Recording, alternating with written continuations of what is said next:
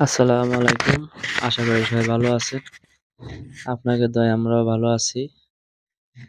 আপনাদের সামনে একটা ভিডিও নিয়ে আসছি। আমরা এখন আছি সুন্দরবনের ভিতর।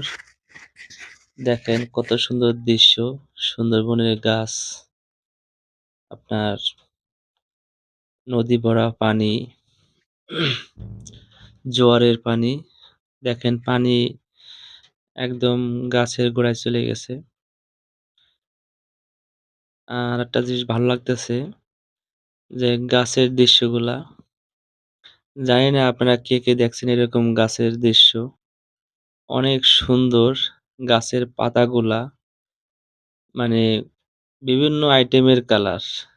গোলাপি কালার আছে, সবুজ পাতা আছে, লাল আছে, হলুদ আছে। মানে আমি দেখে অবাক হয়ে গেছি যে সুন্দরবনের গাছের পাতা এত সুন্দর কালার, লাগে যে ফুল ফুটে আছে। এগুলা সব পাতার কালার। মানে আমার তো লাগতেছে কি যে ফুল ফুটে আছে।